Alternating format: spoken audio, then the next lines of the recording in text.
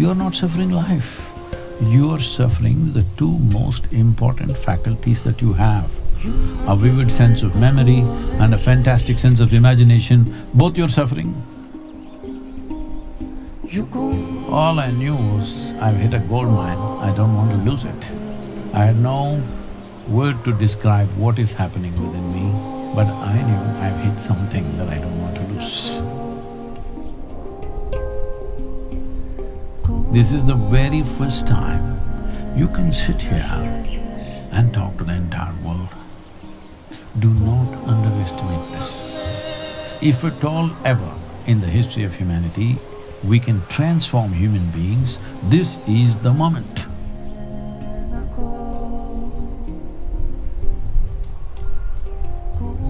This is our time on the planet. What we make out of this damn world is ours, whatever we make out of it. We should make something that if we look back and see, at least in our minds and our hearts, it must look good, isn't it, what we have done?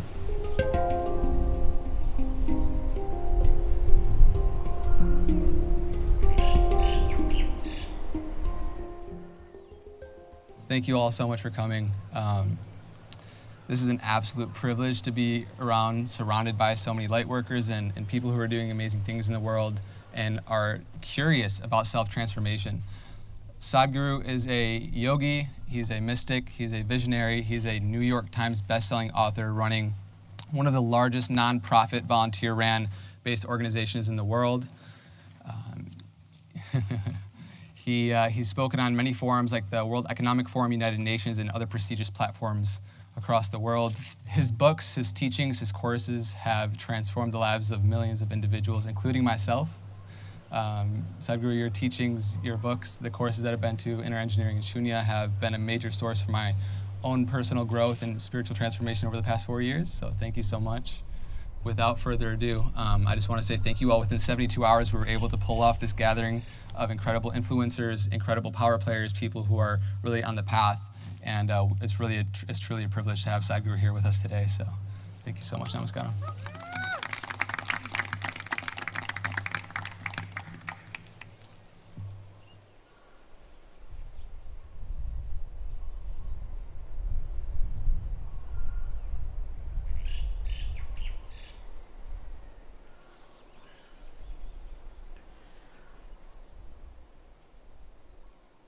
Jananam sukadham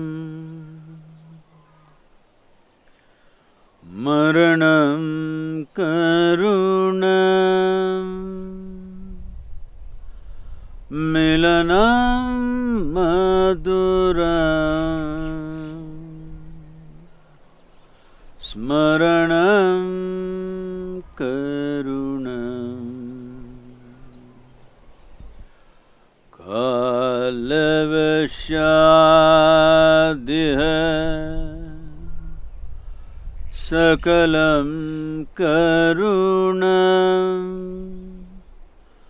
समयाधिपते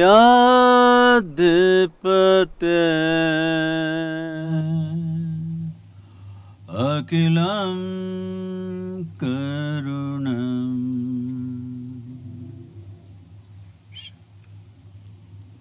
Namaskaram, good morning everyone. Hello, I said good morning. Good morning. Hello. Good morning. I thought you're not on talking terms with me already. Yeah, so many of the people here are familiar with your work, and if we could start with you describing, you had an experience at the age of 25 years old which completely transformed you.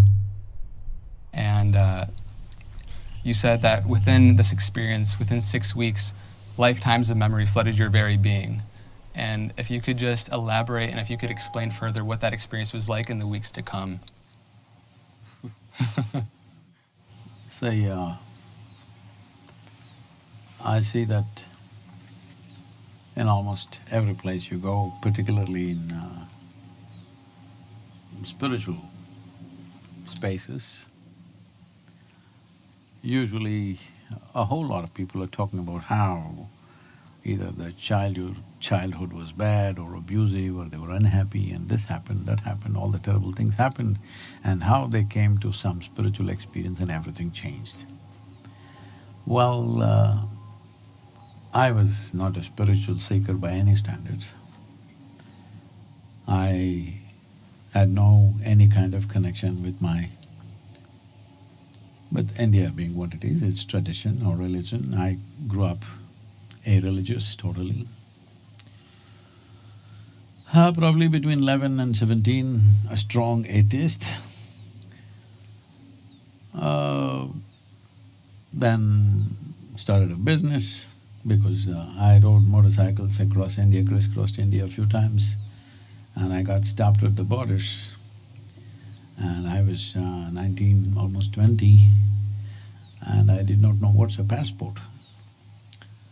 I've been riding since I was 11, 12. 18th birthday, within a month I went and got my driving license. I thought that's my passport to the world. I'm saying in today's world, a 5-year-old child would know what is a passport, what is nations, what is borders, what is rules, everything. I didn't know nothing at 20. All I thought was my motorcycle can take me across the world.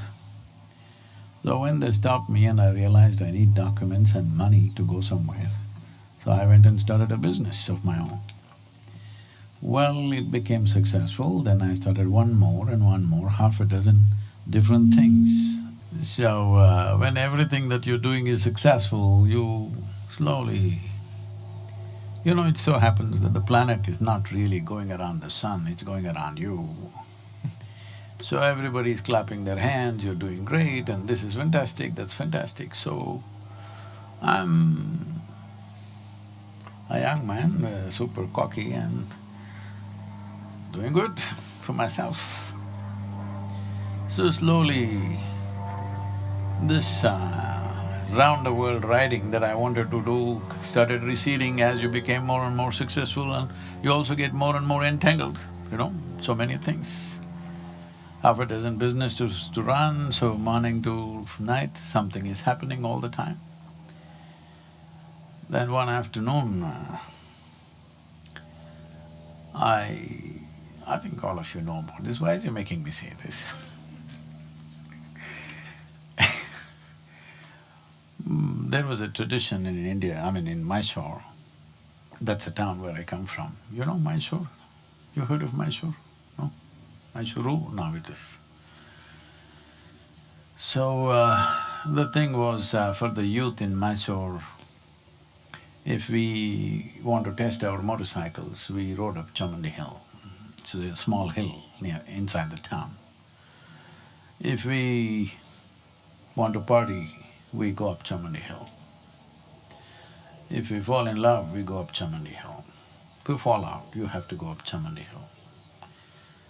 If you have nothing to do, you end up Chamandi Hill. So one afternoon between business meetings, about a 2-hour space I had. So not knowing what to do, I just rode up Chamandi Hill.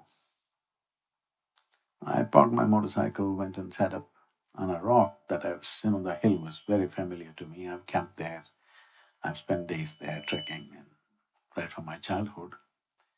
So I know the place very well, one of those big rocks, I went and sat on it. Till then, I thought, this is me, and that is somebody. I have no issue with that somebody, but that's somebody. This is me. And for suddenly, in a few minutes, I did not know which is me and which is not me. It was all over the place. What was me was just everywhere. And I thought this lasted for about 5–10 minutes, maybe 15 minutes. But when I came out of it, about 4.5 hours had passed. For the first time in my adult life, tears, me and tears were impossible, I lived like that. But tears to a point my shirt is all wet, every cell in my body is dripping ecstasy. I've been peaceful and happy, that was not an issue. You're young, you're successful, everybody's clapping their hands about you, so what's the problem? It's not that being peaceful or happy was an issue, but this was something else, I'm just exploding from within. And when I shook my very pessimistic or very skeptical head that I had, I was a super skeptic about everything. When I asked my mind, what's happening? The only thing that my mind could say was, maybe you're going off your rocker. Then to the closest of my friends, when I shared, something is happening to me. Hey, come on, what did you drink? What did you pop? Tell me, what did you… You know, this is our time, this is a certain time, 60s, 70s. Well, I knew there was no context to my experience. I had no knowledge about what it is. I did not have anybody around me who could tell me what it is. All I knew was, I've hit a gold mine, I don't want to lose it. I had no word to describe what is happening within me. I had no explanation for what's happening within me. I had absolutely no clue what's happening, but I knew I've hit something that I don't want to lose. So in about a few weeks, when I saw if I just sit somewhere like this, I realized that if I don't mess with my mind, every cell in my body just explodes. All I have to do is keep my hand out of my mind. Well, this started happening more and more often, like… no, the second time it happened within about 3–4 days. I went and sat at the dinner table at my home, and I thought it's just 2 minutes. 7 hours have passed by, I'm sitting right there. I have no sense of time. Like that means boom, it's just gone, days. Once it happened, I was in my farm, I went and sat there. And I thought I sat there for about 25 minutes. When I opened my eyes, a huge crowd had gathered. India being what it is, there were garlands around my neck, everybody's trying to pull my feet. Somebody wants to know about his business, somebody wants to know when his daughter will get married, somebody wants to know where the borewell he should put for water. I said, where the hell did you all come from? Because I just closed my eyes and I opened my eyes and all these people are here. Then they said, you've been sitting here for 13 days. I had no sense of time. If I simply close my eyes and open my eyes, one day it just poof, it's just gone. Because time is a very relative experience. Have you noticed in your own lives, on a certain day, you're very happy. 24 hours, just gone, isn't it? Another day you're a little depressed. 24 hours feels like a eon. Human experience of time is very relative. Not everybody experiences 1 hour as 1 hour, 24 hours as 24 hours, or 100 years as 100 years. If you're very, very joyful, time, poof, is just gone like that. So as this started happening, because he's already mentioned it, memory just flooded. All kinds of images, all kinds of people, all kinds of situations, which I have never touched in my life till then. Then the skeptic that I am, I started traveling once again, because clearly geographical locations and people and details were there, so I traveled to all those places across India. I wanted to travel to some parts of Africa, which I never made. But after some time it was clear that what I'm seeing in my mind was clearer than daylight. It was just absolutely clear. Since then, what's happened within me, I can never put it into words. Even what's happened around me is too fairy tale-ish for anybody to believe, because I wouldn't believe such things. I'm made like this, I don't believe anything that I do not know firsthand. Maybe it's true, but I will never believe anything that anybody says. It doesn't matter, a prophet comes down or God comes down, I will not believe it. I am listening respectfully. It has to happen to me, this is the kind of hard nut I've always been. And things opened up in ways that are simply unimaginable. And that day when I went up that little hill, I went up as a really smart young man, successful, hugely appreciated by everybody around, half the town knows me, like that. But I came down like a bloody fool because I didn't know a damn thing after that. So since then, I've been sharing my ignorance and people are happy with it. I think that's I think that's a beautiful segue into, you speak about bursting with bliss and ecstasy within yourself, and you also talk about how fear, anger, stress, anxiety, these are poisons that we drink and expect the other person to die, right? Wrong way to shoot, I'm saying. And the issue is, right, we're so close to our own BS, we're so close to the issue that it's tough for us to gain clarity about… No. You must remove the B. Human beings don't do BS, they do just S.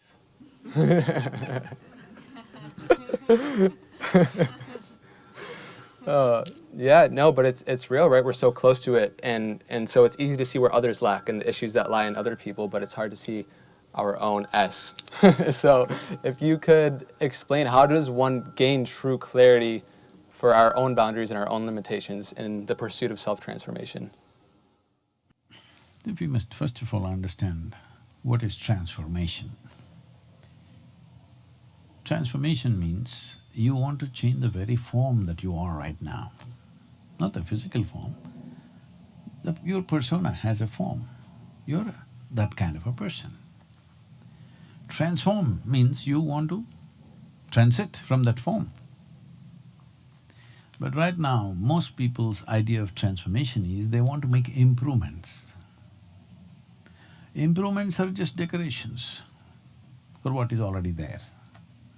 Decorations will fly in society, but decorations will not fly when you're alone, isn't it? Hello? You decorate yourself nicely in front of other people, it means something. You're alone, what does the decoration mean, I'm saying? And essentially we must understand within ourselves we're always alone, fortunately. Huh? The whole damn city is crowded, at least this one space is just for me. Hello? Isn't it? Nobody got here. I know people… I'm sorry, you might have told your partners, I'm holding you here, but I will not disturb that. But here there is only one person, fortunately, isn't it? Huh? There's only one person. So here, what does decorations mean? What does making up things mean? Means nothing. Maybe in the society you have to do some game, you have to play some game, I will not interfere with that. There also if you reduce the games, it'll be wonderful. But that's a social life. What kind of social life you have chosen is your choice. I will not intervene with that. But how to be within you? Here no decorations needed, no falsehood needed, no any kind of pretensions, projections needed because you're just you. Nobody can see, isn't it great? Hello? Here's just you. Here all this nonsense is not needed. What you do in the world around you, depending upon your profession, your social position, whatever, so many games everybody has to play in the world. If you play the same things here, then misery is inevitable, okay?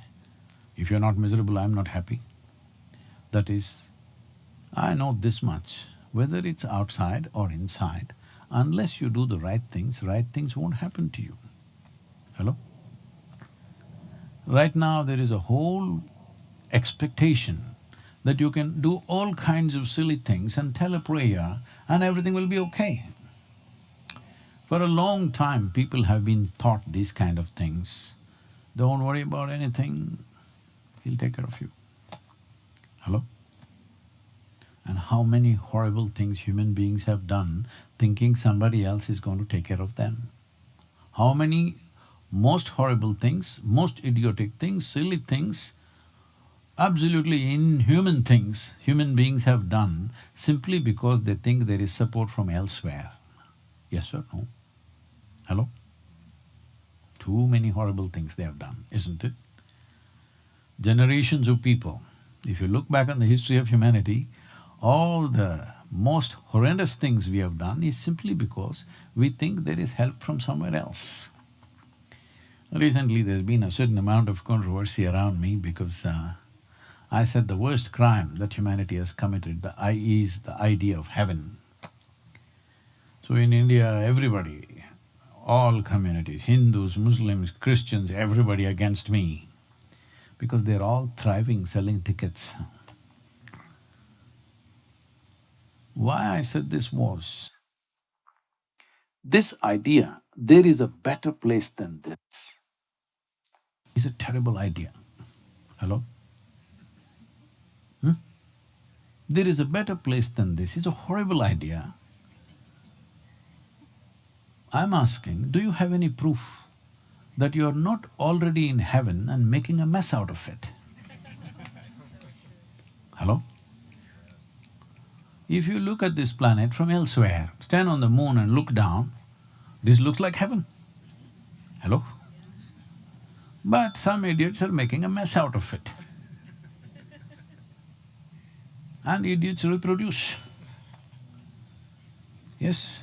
So transformation means not a little change, not a little decoration to your life. Transformation means a total transformation. A seed becomes a tree. Do they resemble? Hello? Does the seed and the tree resemble? If you did not know the relationship between a seed and a tree, and I show you this little seed and say, take and plant it in your backyard, it'll become a huge tree, would you believe me? So this is rubbish. This can become a tree, but it does. So this is transformation. Even you, your parents just gave you one cell, microscopic, look at you. If I showed you in the microscope, see this one, this could become about transformation. We are not talking about our own some fancy idea. But this is how life happens. Life is always transforming itself. So when we talk about transformation, we are not talking about our own some fancy idea. We're just talking about being life. It is only one's mind which has become like a concrete block that you can't change its shape.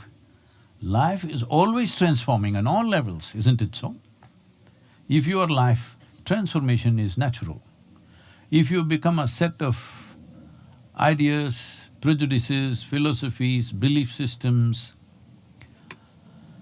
thoughts and emotions, then very hard to change. Forget about transformation. Even to change one simple thought is a big deal. People work an entire lifetime. The most ridiculous thing on the planet is this. Suppose you're 50 years of age, no, none of you are maybe, but I'm just saying, suppose you became 50 years of age and you still don't know how to use your fingers. You have normal hand, but you don't know how to use your fingers. What should we think you are? Hello? Then you can poop.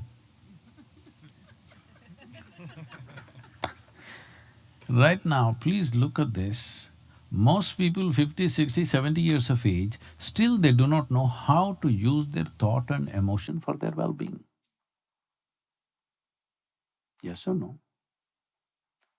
If your fingers are like this, they'll go and poke your eyeball and it hurts. Would that be madness? Hello? If somebody starts poking their own eyeball and starts hurting themselves, would you think they have lost it?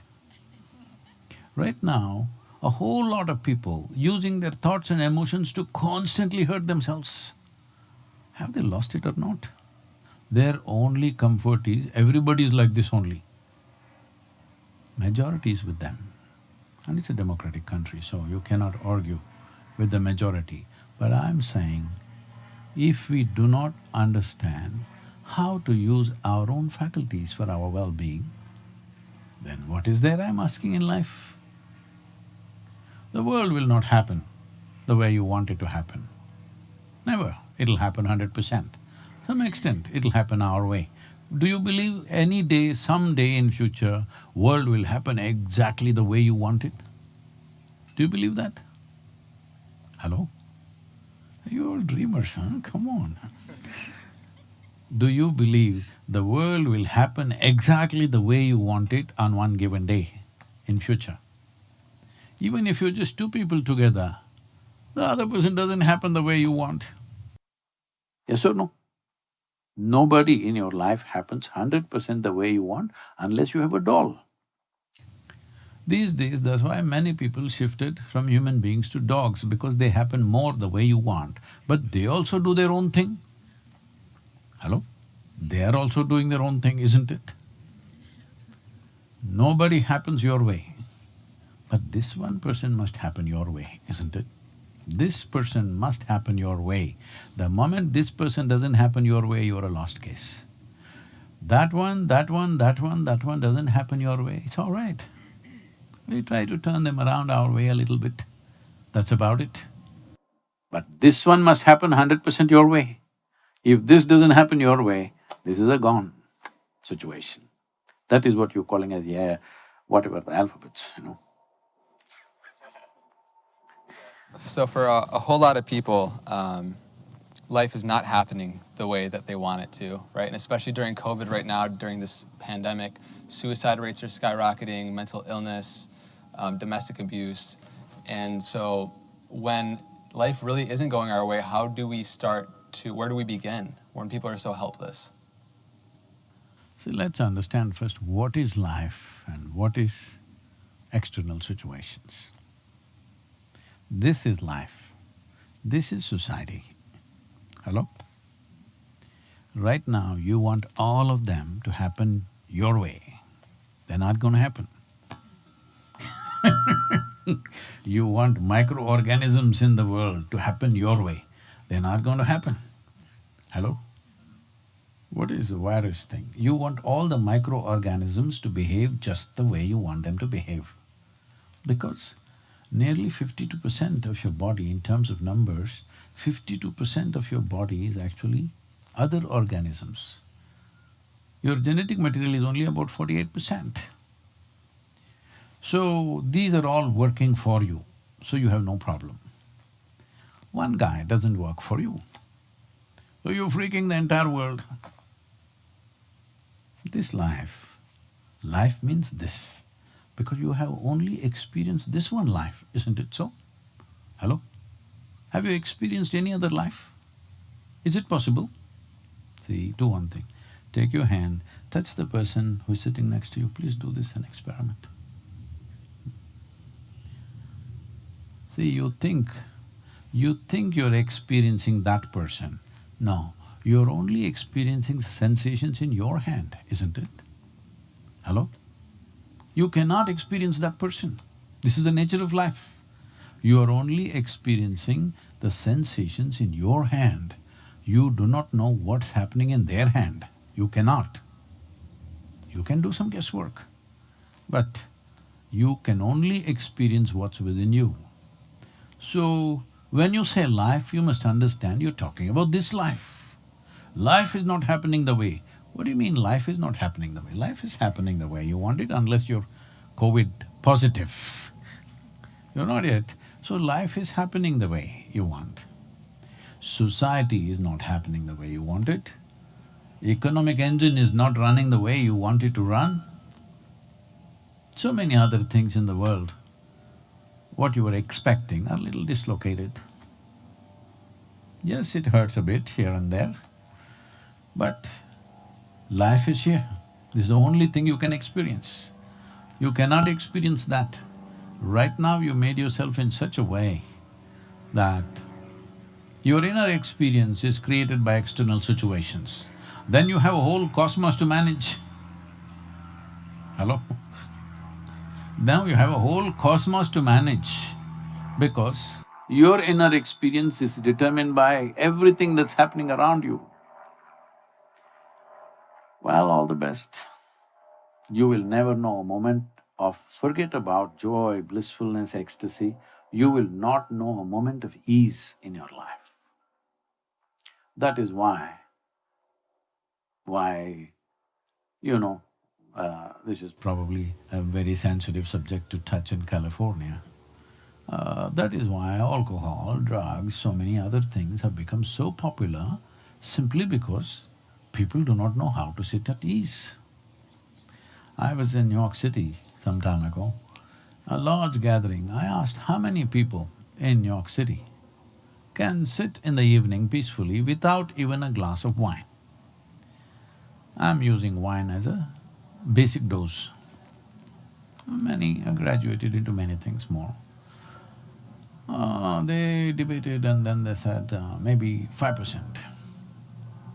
And next week I was in London, a prominent group of people. I asked them the same question, how many people in London can sit in the evening peacefully without even a glass of wine? They said 1%. I thought they were more honest. Los Angeles, 0%. How many people can just simply sit at ease? It's not there. They have to do something chemical to be peaceful. To grow food, we need chemicals. To be healthy, we need chemicals. To be peaceful, we need chemicals. To be joyful, we need chemicals. For everything, we need chemicals. But I'm asking you a simple question. Is it true that the most complex and sophisticated chemical factory is here? Is it true? Is it true? So the question is only, are you a good CEO or a lousy CEO? Isn't it? If you have the most complex chemical factory right here, are you running it well or are you running it badly? That's all the question is, isn't it? If you're running it well, you're blissful. Outside situations, not going according to your plans, I want you to understand it's not just for you, even for me, all my plans upside down. Whole 2020, my plans were all 14, 16 months ahead. All programs cancelled. To get the advances, we paid for the halls around the world, we are they also don't have money, we also don't have money, we are haggling.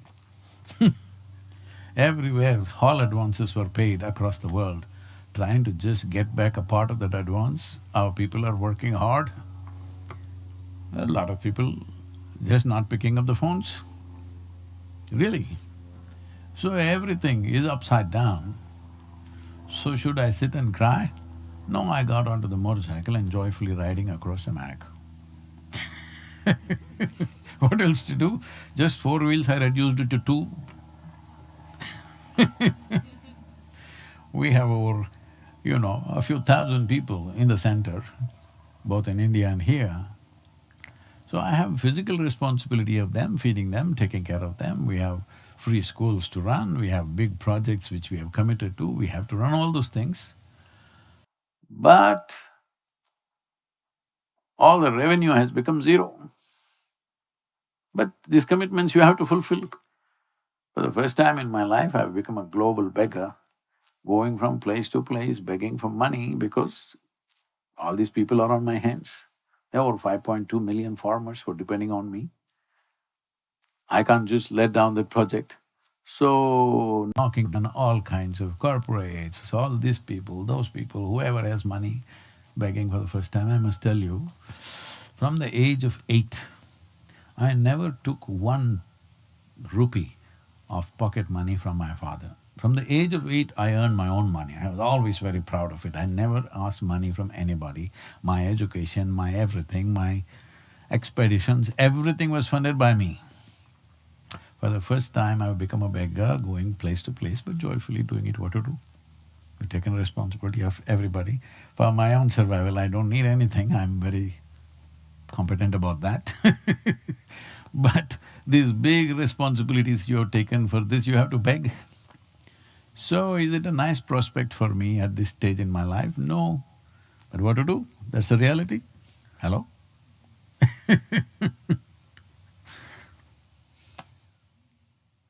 Everyone wants to be able to just sit and be at ease. And we actually, a few of us woke up at 3 this morning and went to the darshan in Diamond Bar. And it's amazing, right? And you see at the courses and the ashrams, people are at ease within themselves. They don't have to be dragged to do things that are good and positive for their well-being. And so my question really is how, right? How, and is responsibility the first step in order to take action for our growth? The first and foremost thing is just this. We must understand that human experience is being generated from here. Hello? Is that so? Your joy, your misery, your happiness, your struggles, your peace, your turmoil, your agony, your ecstasy, everything comes from here. When all human experiences come from within, at least what is coming from within must happen the way you want it, isn't it? Hello? You're getting serious, all of you. And I'm telling you, that's the only malady people have in the world, that people have become dead serious about their own lives and they're taking themselves too seriously. They don't understand. They pop up like that and they pop out. Hello? We're just here for a brief amount of time, isn't it? If all of us just sit here like this on the lawn, after some time we'll become part of the soil here. If we sit long enough, I'm saying. Yes or no? But human beings have taken themselves too seriously. This happened. A lady went to sleep. In her sleep, she had a dream. In her dream, she saw a hunk of a man standing there and staring at her. Then he started coming closer, closer, closer, closer. He came so close she could even feel her breath, his breath. She trembled, not in fear. Then she asked, "What will you do to me?" The man said, "Well, lady, it's your dream. You can do whatever you want." It's your dream. What's happening in your head is your dream, isn't it? Hello? Now the problem is not about life is not going the way you want it to go, even your bloody dream is not going the way you want it to go, that is the problem, isn't it? As a generation of people, never before another generation in the history of humanity knew the kind of comforts, conveniences and many other things that we have today, yes or no? Hello? Then what are you complaining about? Compared to your parents, compared to your grandparents, aren't you living in far more comfort than ever before? So you should not complain. At the most, what'll happen to us, maybe it's possible at the end of another year, we may have and live with like how we were 10 years ago, or maybe 15 years ago. This is what bad economy means, I'm saying. The economy means every year, year on year, in America it must be growing to 3%, 3.5%. In India it must be, everybody expects it must be going at 10%, all right? So if it did not grow, what it means is, in a year's time, we may be how we were 10 years ago. In 2 years, if it continues, we may be how we were 20 years ago. But believe me, maybe none of you remember, 20 years ago, things were fine. Hello? There was nothing really wrong with us. We were fine. Since then, many steps we have taken. A few steps if you backtrack, nothing is gonna happen. Anyway, it's fashionable to wear torn clothes, what is the problem? Hello? When we were young, when we was riding, because one thing is it's on a motorcycle, so I just rode with 2 trousers, always denims, all torn, so I go to the local cobbler and have it stitched here with a piece of leather, here one piece of leather, everything, it was a must. But now you're doing by choice, so you prepared for bad economy, really no problem. Diet is becoming simple because that's considered healthy. Diet is simple, clothes are torn, you good. Nothing to bother about. If you're joyful, it's okay. Maybe we'll have 50% of what we had in 2019. It's all right, I'm saying. See, I'm already 2 wheels, 50%, isn't it?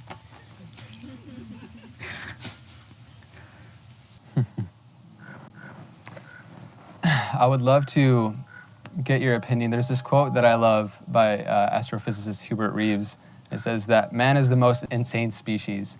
He worships an invisible God and destroys a visible nature, unaware that the visible nature that he's destroying is the God he worships.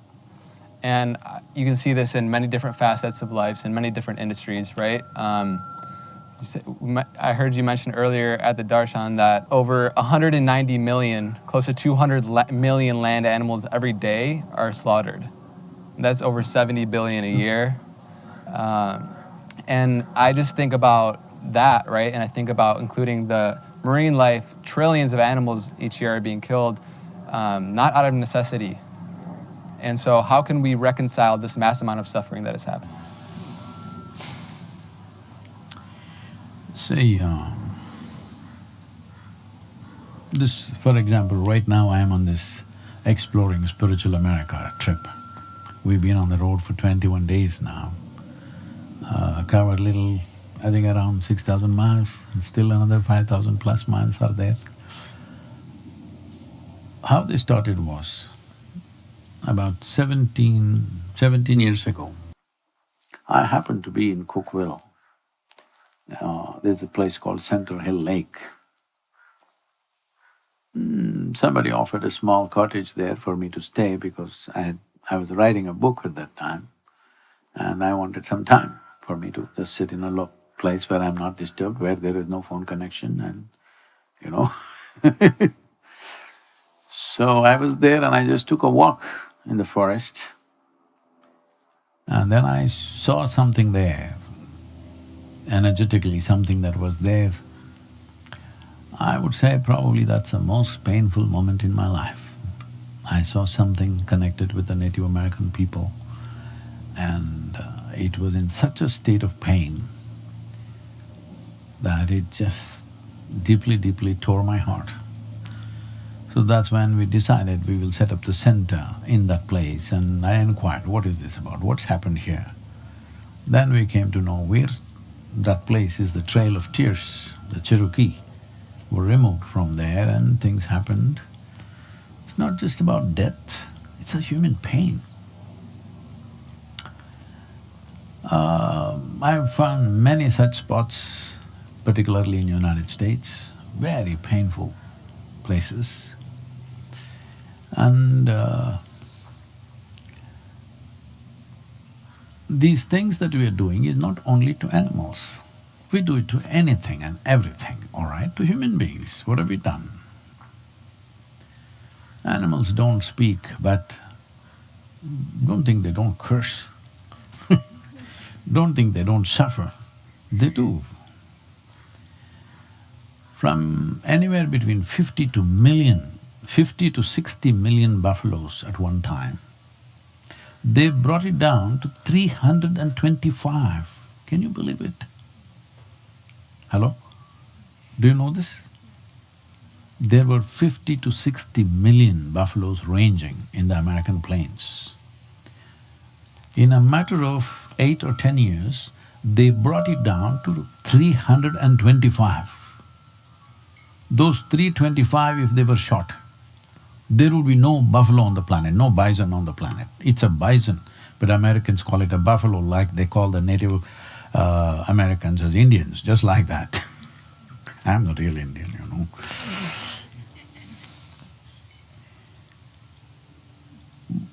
This was done strategically. Killing people would be considered very inhuman. Just kill their food and they die anyway, somewhere. You don't have to… See, if you kill somebody, you'll have to bury them, this is a problem. How many do you bury? You take away their food, they will die somewhere. It's not your business, you know. From 50 million to 325. Whew. Can you imagine the slaughter? I was just… when these tribal leaders were telling me, I was just trying to imagine 50 million animals. In 8 to 10 years, you reduce it to 325. How do you do this? From 1970 to 2016, we as a generation of people have killed 68% of the vertebrate population on the planet. Of course, all this is done in pursuit of human happiness. I'm asking, why the hell are you not happy, first of all? Why are you pursuing it? Why are you pursuing it? Why are you pursuing something which is supposed to happen within you? Hello? If love, joy, happiness, peace have to happen, they need to happen here. Why are you pursuing it in the world and obliterating every other life? It's just insane. Only now, because it's threatening our life, everybody is talking ecology. I hate ecology because this is life. All these trees are thinking your ecology, bad ecology. They think they are life and your ecology, isn't it? Hello?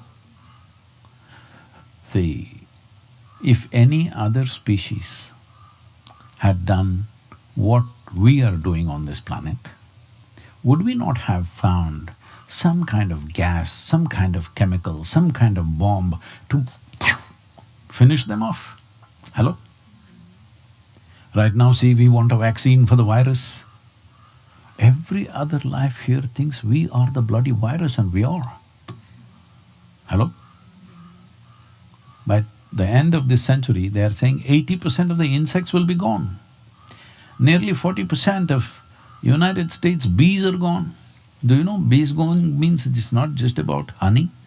It simply means you can't grow a damn thing after some time. If there are no insects to pollinate and make things happen for the plants. If all the worms disappear right now, in 18 months' time, not a single life on this planet will be left. If all the insects disappear, in 4.5 to 6 years, not a single life will be left on this planet. If all the microbes disappear, right now life will end. But if all of us disappear, planets will flourish, this planet will flourish. So we must understand who we are.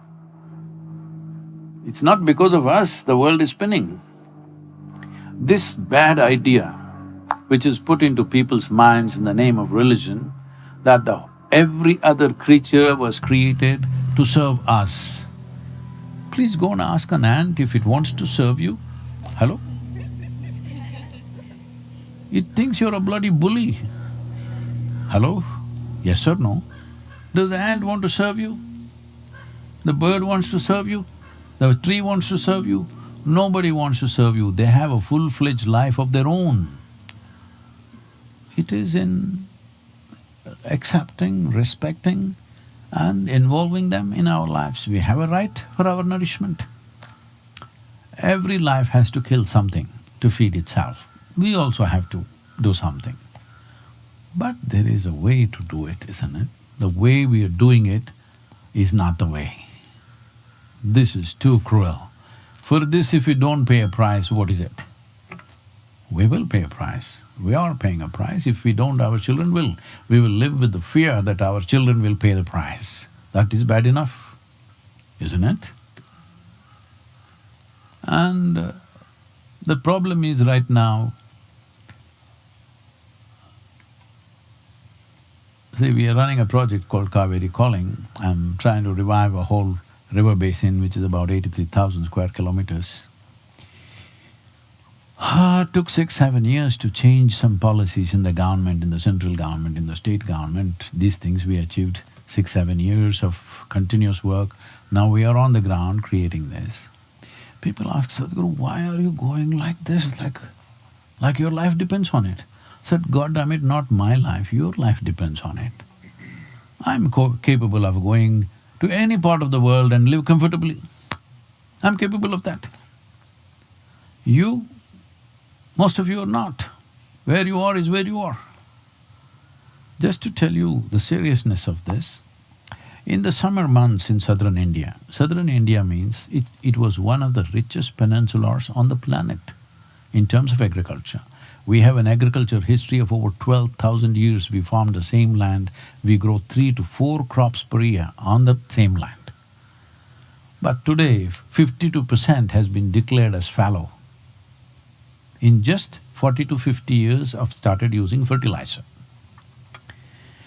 So reviving this, we have a whole plan, which we have proven with over 70,000 farmers reviving their lands, and now we are aiming at this 5.2. The situation is like this. India runs on monsoons. Monsoon is a rain that comes from the Indian Ocean. 2 consecutive years, if the monsoons fail, what will happen? Right now, in the summer months in southern India, bore wells or tube wells as you call them here, go 1200 to 1400 feet. And they run only for 5 to 7 minutes in summer months. If you pump it for 5 minutes, you'll have to wait for 2–3 hours for it to fill up and again pump for another 5 minutes. If 2 consecutive monsoons fail, people will die in millions, and the civil unrest that will happen out of it when they have no water to drink is unimaginable. But we're going on as if it doesn't matter. Over 300,000 farmers have committed suicide in the last 2 decades because the soil has gone fallow, desertification is happening. Our volunteers in the last 17–18 years have planted over 38 million trees and increased the green cover by about 7.2% according to the government records, and the Google Maps show about 11% increase. This is a concerted effort. This effort happened successfully simply because we did something experiential with people. Well, there were no rains continuously, 2–3 years, big bad situation agriculture. Then I told them, see, you need to increase the green cover, otherwise this is not going to change. How do we do it, how do we do it? I said, see, this is very simple. Only thing is you have to commit yourself for this much. How many do we need? I said, we need 114 million trees to make 16.5% was the green cover they had. I said, if you make it 33% green cover on this land, you will see, you will have enough rains. 114 million trees, who is going to plant? Then I asked, what's your population? They said 62 million. I said, if all of you plant 1 tree today, take care of it for 2 years, plant 1 more, it's done. Hello? Why is it all of us are eating, drinking, breathing, but why is it when it comes to compensatory action, we think somebody else should do it? So today I just did a simple thing, I made them sit in hot sun. When they were really exhausted, I took them under a tree. You know, it feels like… You must see, if you sit in the hot South Indian sun for 2 hours and then go under the shade of the tree, it feels like heaven. I put through a spiritual process for them. See, what you exhale, the tree is inhaling. What the tree is exhaling, you're inhaling this effect. Hello? That means 1/2 of your breathing apparatus is hanging out there. Once I made thousands of people experience this, now you can't stop these people from planting trees. Everywhere, over 200 different organizations have come up and they're all planting. We have planted 38 million. They all have planted together maybe 10–12 million. I'm saying this is all it takes. If all of us plant 1, wait for 2 years to grow up and plant 1 more. It's a done thing, isn't it? But we don't do. We want some calamity to happen. Till then we won't do. Right now, at least a soft calamity you're having. This pandemic is a soft calamity because you don't know what's a hard calamity. In this generation has not seen any really hard calamity. You've not seen World War II, huh? Hello? You've not seen that kind of famines or that kind of, asteroid did not hit when you are there. Those are real calamities. This is a soft calamity, You go to play baseball, they're not throwing a curve at you, they're just throwing an underhand ball at you. That's what a pandemic is. God damn it, hit it well, huh? Hit it well, I'm saying. It's a soft ball compared to things that people have gone through, isn't it?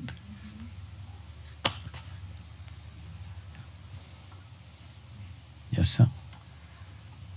I can't help but to think not only the privilege but the opportunity that we have here today. Just to give it context, about 72 hours ago, I get a call from Aparna saying that Sadhguru is coming to LA. And within that time, we were able to curate this experience. Again, just to give some context, like the influence of the group at this gathering is, after I added it up, around 80 million, the reach. And so I see that and I really want to do some good with it. And so I would love to get your opinion on what we can do to infuse seeds of transformation into all of our content, into our media, and what can we do as people who have the privilege of having a voice in this day and age to use it for the betterment, upliftment of society. I know all of you know this, that's why you're in that medium, but still I would like to put it in context. See, many great beings have come in the past. Krishna came, a wonderful being, but he could talk to only one person, and that guy has 100 questions.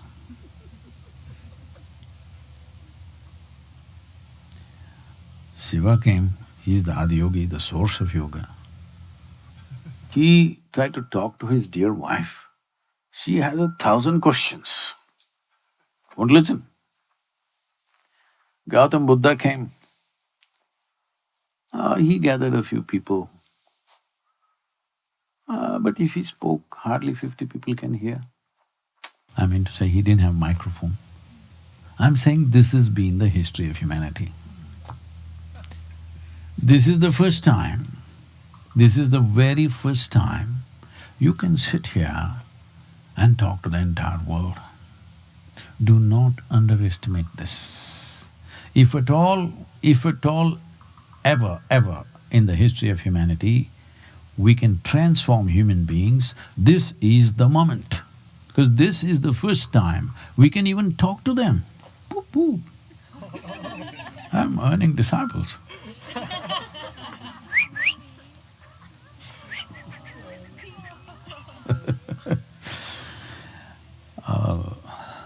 My teams are going like this, Sadhguru, don't touch, don't touch, don't touch. Okay, so no touch. Not just dogs, even human beings. If I go near somebody, say, Sadhguru, no. So, this is the very first time that we have a real opportunity to transform human beings. Because never before we could even talk to them. Probably about 17, 18 years ago, my journey on this online thing started like this. I was here in Tennessee and I was in the office and working with some people, and someone told me, Sadhguru, every day about 100,000 people type the word spirituality. I said, really? That many people? What are they looking for? I said, type it out, let's see what comes out. And they typed out the word spirituality. The first thing that came is a spa in Mexico. The second thing that came was a call girl in Northern California. She's doing all spiritual stuff. She's the SUO, you know. Then I said, this is a shame. What is this happening? So that's when I decided I will go online. And today across the world, in some 17 different languages, we are supposed to be touching 1 billion people. But that's not my idea of humanity. I must tell you this, at that time on that hill when things happened, I was only 25 years of age. And you know, I can't say this to you, you're a young group. But now that I'm old, I can say, there's no fool like a young fool. When we were young, we used to think no fool like a old fool.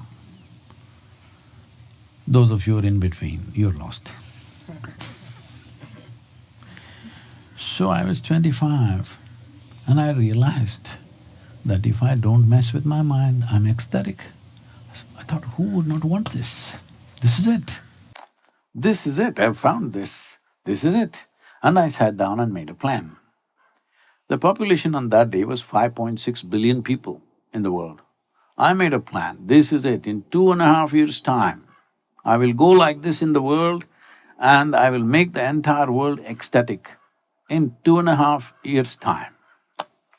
38 years, huh?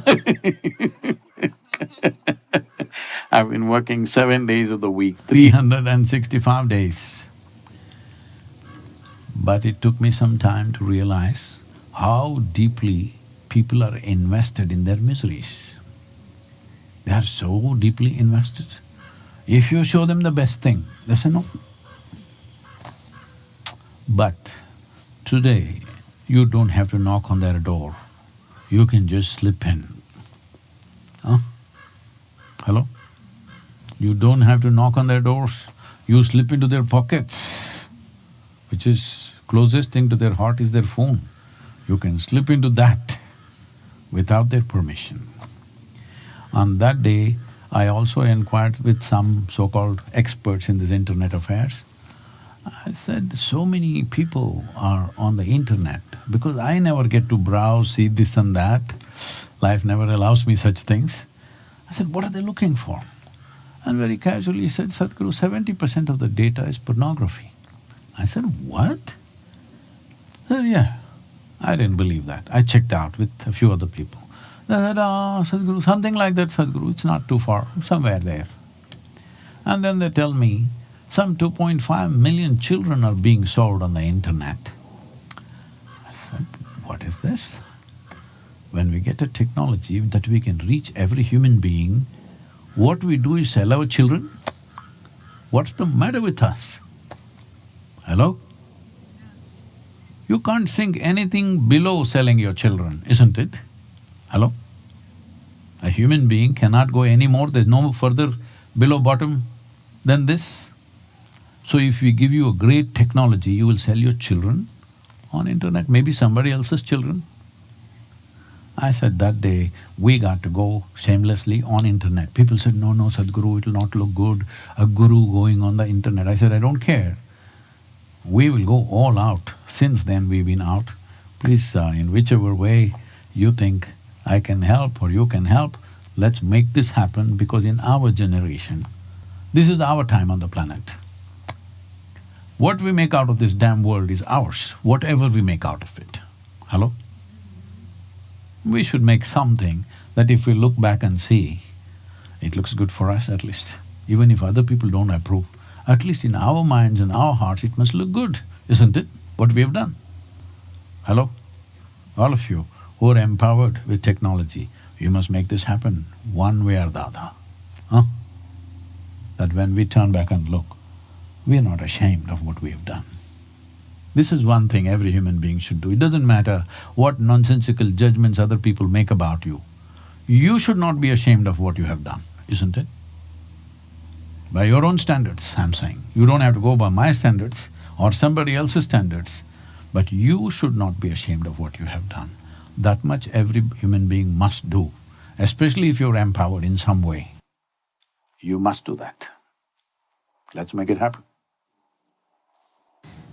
Beautiful. Without further ado, then I would love to transition into Q&A from the audience, and we can go from there. So, Emily, if you would like to hand out the mic, if you have a question that you think would serve the group, please raise your hand, and I will pick someone. Oh. Leave it to them, I'll let them ask, no? Yeah, they will. Whoever wants. Go. Yeah, Emily, please. Are we up here? Cool. Hello.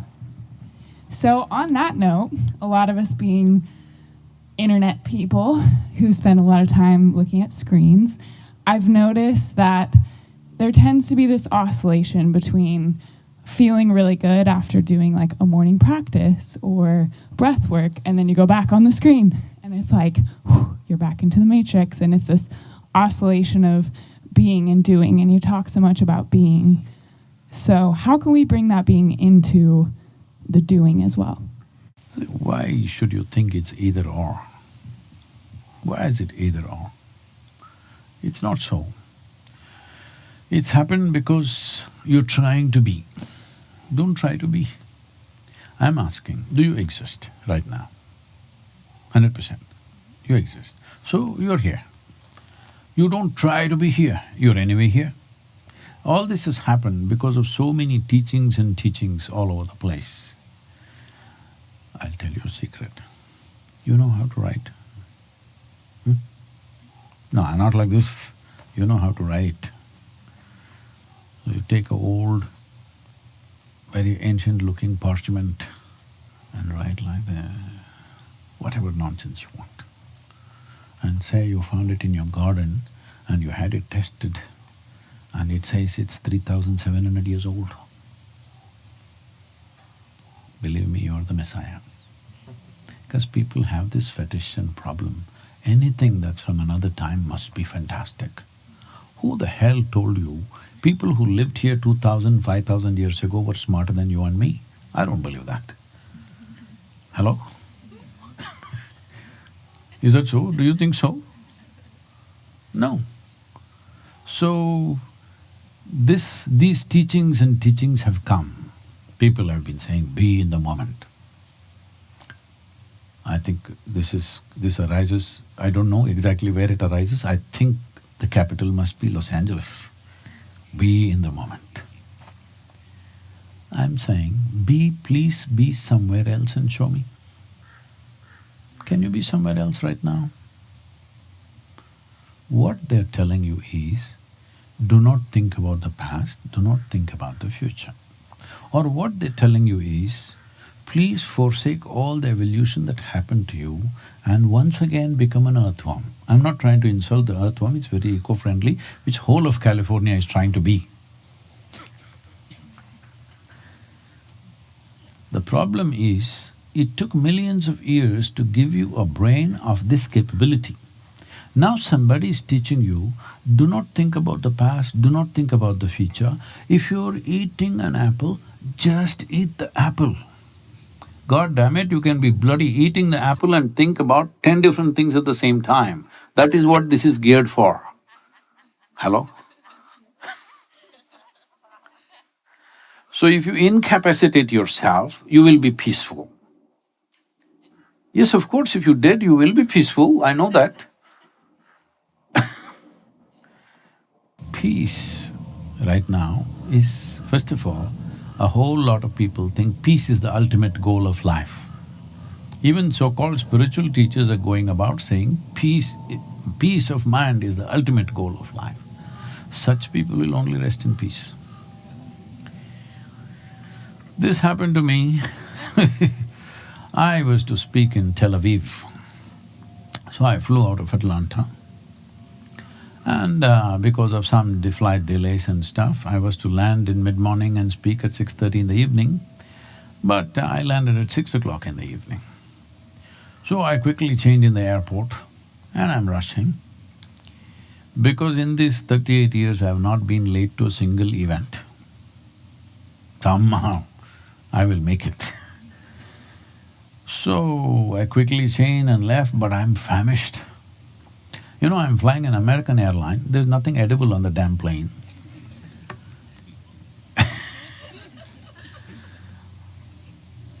So I have not eaten anything for nearly 20 hours plus. I'm very hungry, but what to do? My time is running out, so I ran to the place. And this doesn't happen to me too often. And the venue is a fine restaurant. Very nice people, they arranged a meeting in the restaurant. I thought, this cannot be any better. When you're so hungry, that's exactly where you want to go. Then people were already coming in and people were wishing me, and one person came and said, "Shalom." I asked him, what does it mean? He said, "This is the highest way of greeting." I said, "Well, that's your opinion, but what does it mean?" He said, No, this is the highest way of greeting." I said, "All right, what does the word mean?" He said, "It means peace." I said, "See, why would peace be the highest way of greeting unless you're born in Middle East? In South India, if somebody comes up to me in the morning and says, 'Peace,' I'll say, 'What's wrong with you, huh?' I'm saying whatever you deny yourself, it will slowly rise to heaven. Now people have become so barren, if you say love, they say divine love. If you say peace, they say divine peace. If you say bliss, they say divine bliss. These are all human things exported to heaven by miserable people. Hello? Are you capable of peace? Are you capable of love? Are you capable of joy? Hello? You're capable. Your problem is sustainability. You're not able to stay there, isn't it? You know many moments of peacefulness, joyfulness, ecstasy, everything you know, but you're not able to stay there. Then you must ask me that question, Sadhguru, I am capable of peace, joy, love, but it's seasonal. Like the flowers, like the trees, I've also become seasonal, what to do? Then there is a solution for this, there is a process for that. But if you hang on to these kind of things, absurd things, when I say absurd, are you right now in this moment? Hello? Hello? No, I was thinking of New York City. So what? You're thinking of New York City in this moment only? Can you think in another moment, I'm asking? Your problem is you do not know the distinction between what is psychological drama and what is existentially true. That's all the problem is, isn't it? If drama picks up momentum, drama picks up momentum, you don't know what is real, what is psychological, what is social. You have a body, you have a mind, and there's a world around you. For convenience, I will call this BMW. Body, mind and the world. All these three things must run the way you want them. World, will it run 100% the way you want them? The world? No. So we try to make it as much as possible the way we want it. It'll never work 100%, but we keep trying and making it as much as possible. As you become more and more competent, you keep on taking the salami slices of the world and make it your way, your way, your way, as your influence grows. Yes or no? But still never the whole world. Because when you turn back and look, the people that you thought you transformed, they become something else again. This is the way of life. Body. Body has its own cycles. You have to cooperate with that. You cannot just rule it the way you want. You cannot, isn't it? You must follow its cycles, then it obeys you a little bit, then you can have it your way, but never 100% your way because it has its own cycle. You have to manage that machine as it works. When it's well managed, you can ride it well. Not well managed, it troubles you. Mind. This is a fluid. You can have it in any shape that you want. But right now, that is what is most out of control for most human beings. Yes or no? All of you in reasonable physical health, world is cooperating with you pretty well. But your mind not taking instructions. This is because you never understood the nature of what it is. You've gone by concepts and concepts. No, don't listen to anybody. You just need to pay attention. This is one of the worst things that modern education has done to humanity is, they made them believe their thought is more important than their attention. What nonsense you think has no meaning. Your thought and emotion is just the data that you have gathered from the societies in which you have lived, isn't it? Recycling of this data has become more important than attention. No, if you want to know life, you need attention. Very intense, keen, sustained attention. If your attention is keen enough and holds for long enough, there is no door in the universe that cannot open to you. Everything has to open to you. But instead of that, we're in recycling business. Same nonsense over and over and over again, making permutations and combinations of the same rot and think we are doing something new. Nothing new is happening. Nothing new can happen in your intellect because it functions with your data. Your phone, can something absolutely new happen in that? It functions within the data, isn't it? It may throw out so many possibilities, it looks like a whole world by itself. Similarly with your mind. So, one fundamental is to understand the nature of the mind and find out where the switches are. If you're willing to pay enough attention, I will teach you where the controls are. So you bought a big computer, fantastic it is, but you don't know where the keyboard is. You did like this, caveman technology, you know what'll come out on the screen? You need to do like this, carefully, touch screen. This is also like that. If you simply do like this, it'll go here, it'll do like that, it'll go there, huh? Right now sitting here, you can send your mind to space, isn't it? So, you must know where the controls are. Without knowing where the controls are, accidentally if you run such a fine machine, do you agree with me? It is the most sophisticated gadget on the planet. Do you agree with me? When you have such a machine, I'm asking you, have you read the user's manual? Hello? That's not the way to deal with it. What an answer. Spencer, you pass it. How's it going, Sadhguru? It's going… I thought they wore the cap like this only in New York. I brought it to LA. With Indigenous Peoples Day coming up tomorrow, you've been on this journey discovering native cultures throughout America. What could we do tomorrow to honor native Indigenous peoples, and beyond just one single day, what can we do within our lifestyle? I feel… I'm sorry if it hurts anybody's sentiments, but these 20 days, my heart has bled looking at what's happened to these people. And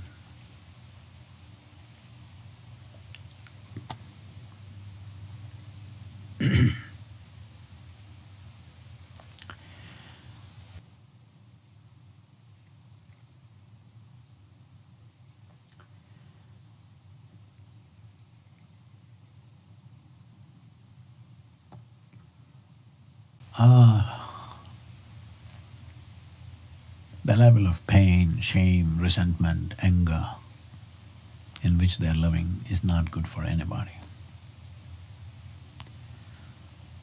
It's not nice to leave people like that. It's not human, I'm saying.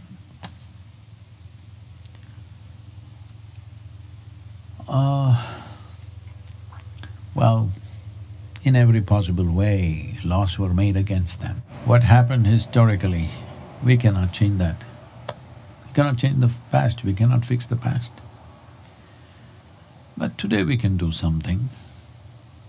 Tomorrow we can ensure that they have an equal footing and their ways of life is alive, because it's going to be very relevant for all of us. As I've repeatedly said in these last few days, today for most people, ecology, ecological concerns are in a textbook. These are people who enshrine it in their hearts. That's what needs to happen to this generation of people. If we don't enshrine this in our hearts, we are not going to leave a world that we will be proud of to the next generation. So in that context, at least they're very, very relevant. Well, the reservations are not a symbol of peace or joy or well-being or prosperity, nothing. Most of them. A few of them have thrived, but most of them are not, because see, the best way to destroy people is give them food and drink. You don't have to kill people, just give them free food and free drink. It's a done thing, believe me. In a way, that's what has happened.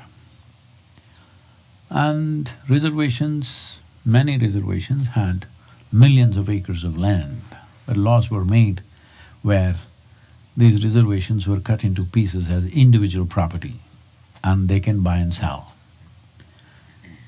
Today, some of the reservations I went into, over 40% of the land has been bought over by other farmers who are doing large-scale farming, and Indians are just… those Native Americans are just looking, they don't know what to do, because they've always been hunters and gatherers, they don't know how to get into a very industry-like farming practice. So, what you think is reservation today may not be a reservation in another 25, 50 years' time. There'll be no reservation left because people are buying up land. As we have preserved national parks, in the same way we must preserve the reservations, because these people are natural habitat of this land of this continent. So if all of you can somehow influence that the same laws which preserve national parks should preserve Indian reservations, that would be a great thing to do.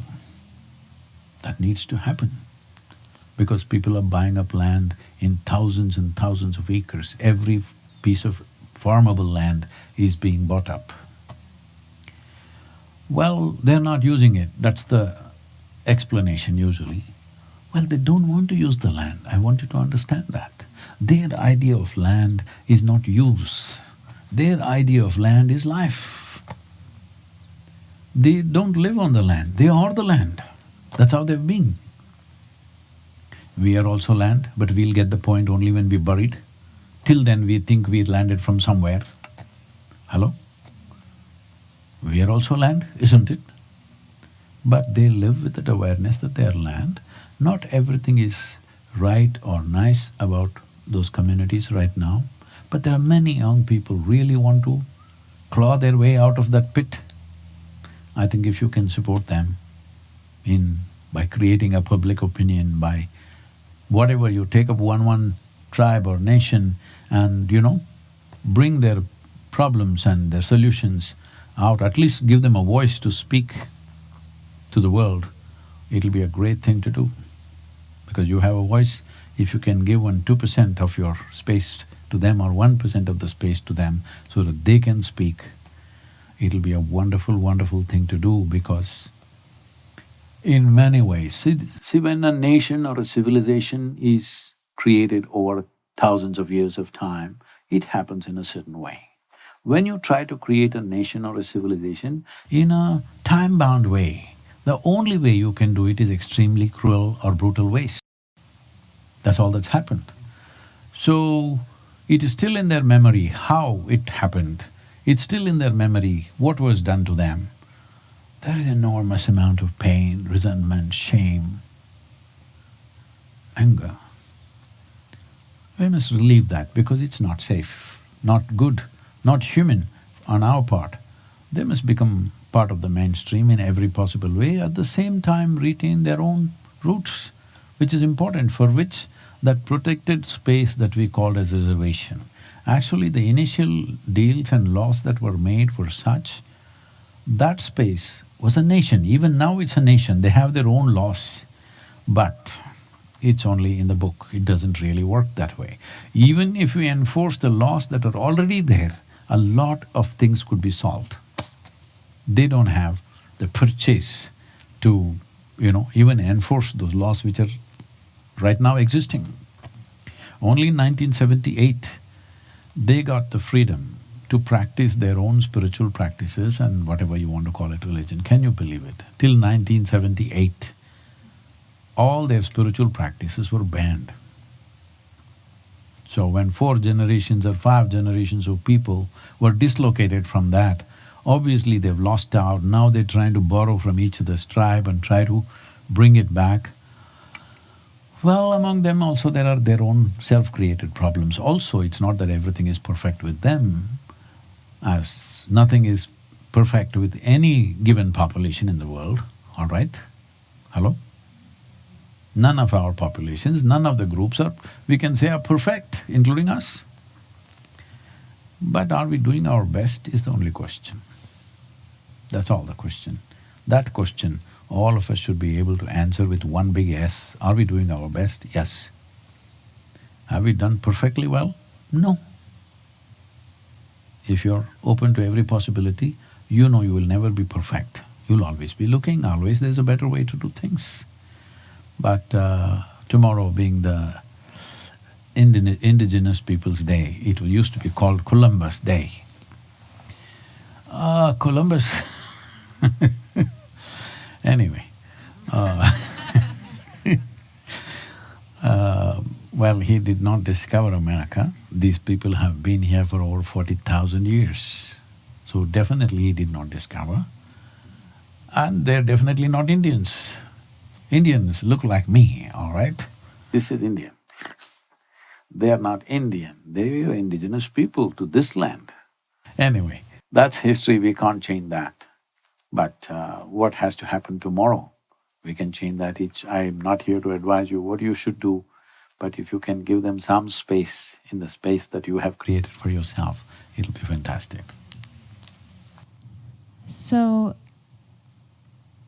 just picking back on that question, there's in the spiritual community, especially in Southern California, there's a lot of people who are tapping into altered states of consciousness through psychedelics as well as sacred plant medicine ceremonies, which do come from, indigenous cultures and Native American traditions.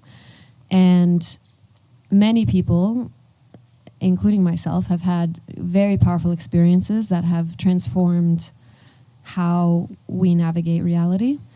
And I was curious if you could speak into whether you feel that using a tool such as a plant medicine is useful,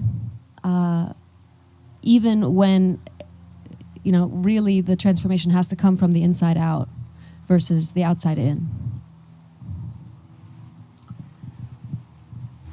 You heard of people escaping from prisons?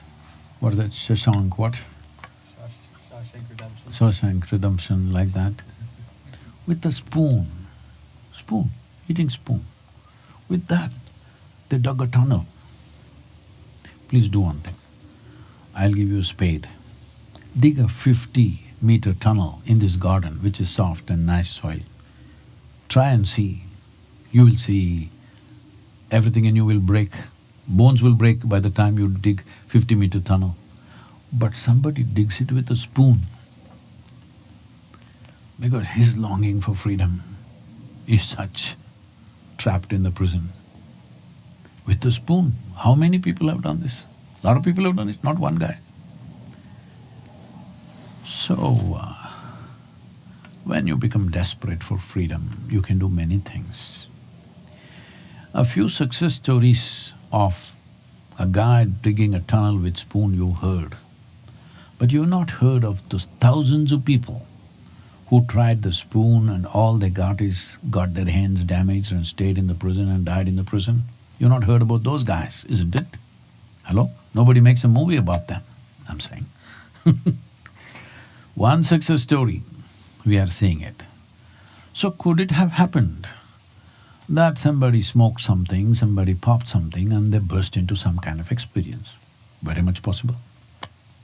Is that the way to do it as a standard? Absolutely not.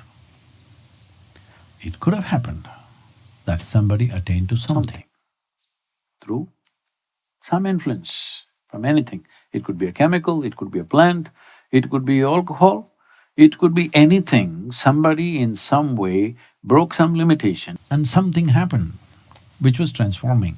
Very much possible. I'm not saying no. But if you try that as the standard practice, most people will only end up as addicts. They will not end up realized. Because any external influence is like this. We already went through this. See, experiments have been done and it was found that there are millions of cannabis receptors in your body, in your brain. So that means the brain is always expecting you dope. Yes, because it's there in your brain. The receptors are there waiting for cannabis. That's why it's legal today. No. You are not supposed to go looking for that weed. You're supposed to generate endocannabinoids. Today, we have had these things researched. A group of professors from Rutgers, Indiana University, Harvard University and Florida came together, experimenting and investigating and researching this simple practice that we teach as inner engineering. 90 days if you practice, your endocannabinoids are up by 70%. You're always stoned. That's why I'm not showing my eyes to you, because I'm always stoned. Never touched a substance, but always stoned. So people ask, doing all this variety of work, you don't know all the nonsense I do. Too many things, too much management every day. Over 11 million part-time volunteers to get work done from volunteers, you know. One thing is they're not trained for the job. Another thing is you can't fire them for inefficiency, they're volunteers. They're super enthusiastic, but they don't know a damn thing. With these people, many complex projects doing means endless management, 24-hour management. People ask Sadhguru, how do you manage from one to another, you're just sitting like this? Won't you lose your mind one day? They look at my eyes. Do I look like I'm going to lose my mind? I already threw it away a long time ago because I'm always stoned. These people who are doing a simple practice, if their endocannabinoids are up by 70% in 3 months, mine is up 1,000-fold. She's always stoned too. Yeah, that's what I'm saying, but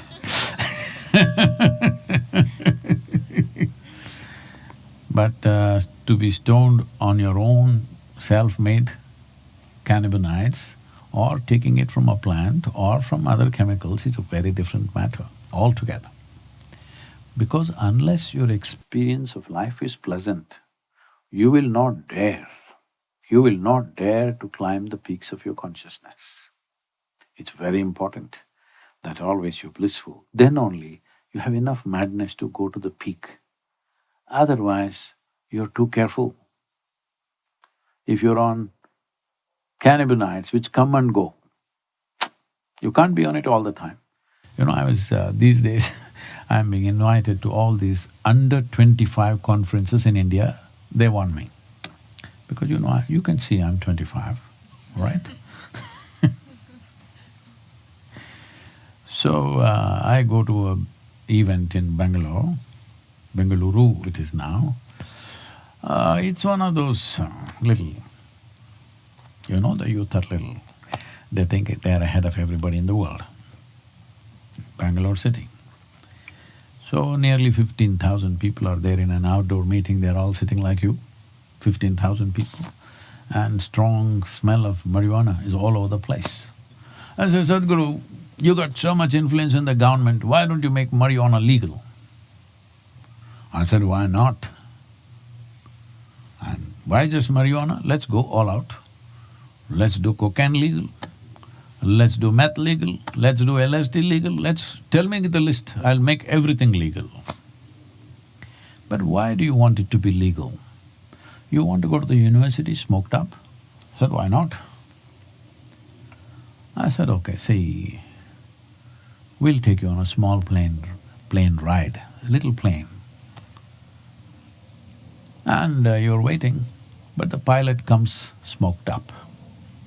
You want to go on this ride? Like that. I said, okay, you're not getting it. You need a major surgery. The surgeon comes smoked up. You want to go through the surgery? Oh, no. So you understand that in some way your faculties are impaired. Yes? You don't want a surgery, why? Because you know he's not at his best. And you want to go to the university smoked up, you don't want to be at your best. You want to smoke up and sit, that means you don't want to be at your best. Tell me, does life gets enhanced by enhancing your faculties or by diminishing your faculties? Hello? If I can see better, hear better, smell better, taste better, touch better, feel better, that is when my life is better, isn't it? If I don't know what's happening around me, I'm in a haze, is my life better? So I said, see, from now on, you smoke if you wish, but don't say you're high, just say you're low, because you're low. Hello? You are low, at least say you're low. Once you say, I'm low, then you will see you won't like it. Just a word. Right now, you think you're low, but you're thinking you're high. It's not going to help. When you're low, you say you're low. You know those alphabets you're using? This is that. When you're low, you say, I'm low. Do I like to be low? No. Then do whatever you want. I can teach you how to be always stoned, but super aware. I can teach you a method. You just have to come and spend a week with me. Just a week.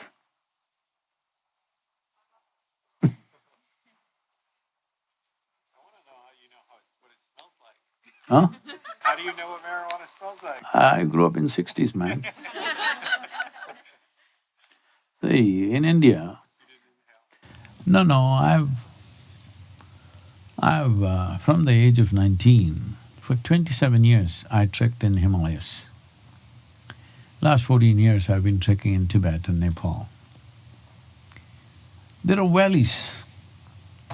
We walk through valleys where it's this high. You have to wade through marijuana, okay?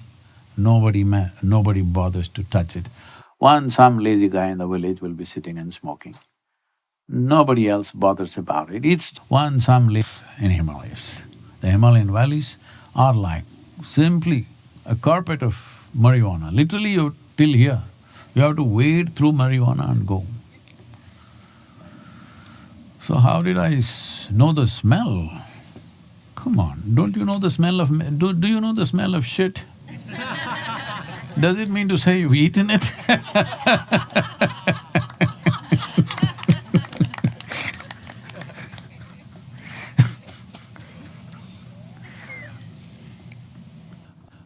Sadhguru, thank you so much for being here and making this such a beautiful day.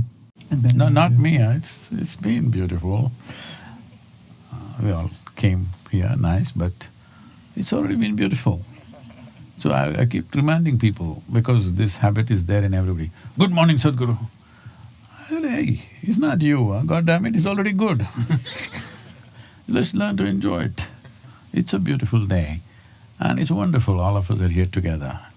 I'm not attacking at everything, but I want you to look at it because this becomes so much a part of our minds that we think we are making a beautiful day. So we also make ugly days. It's a bad day. What's a bad day? There's never a bad day in the universe. Only some idiots are having bad time. Hello? So it's a beautiful day already. Even if you and me did not exist, it's still a beautiful day, isn't it? But it's our fortune we are here. Please. Yes, with everybody being here. It's kind of a quick follow-up question. Like many people here, I have a daily meditation practice.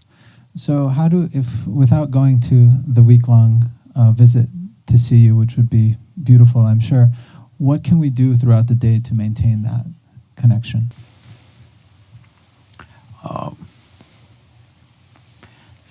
Let me explain this a little bit, because there have been many things happening around the world. See, the English word meditation is not specific to anything. If you sit here with your eyes closed, we'll say you're meditating. You could be thinking about something, you could be chanting or contemplating something, or you could be focused on something, or you may be just zonked out, or you might have just learned the art of sleeping in vertical postures. All these things are possible. So the English word meditation is not specific, it's simply too general, diffused. In the Indian languages, there are specific words for all this. If you sit here with eyes closed, you can do japa, tapa, dharana, dhyana, samadhi, shunya, or vertical posture sleeping. So, we can't help using that word because there is no other word in English language. So let's say meditation.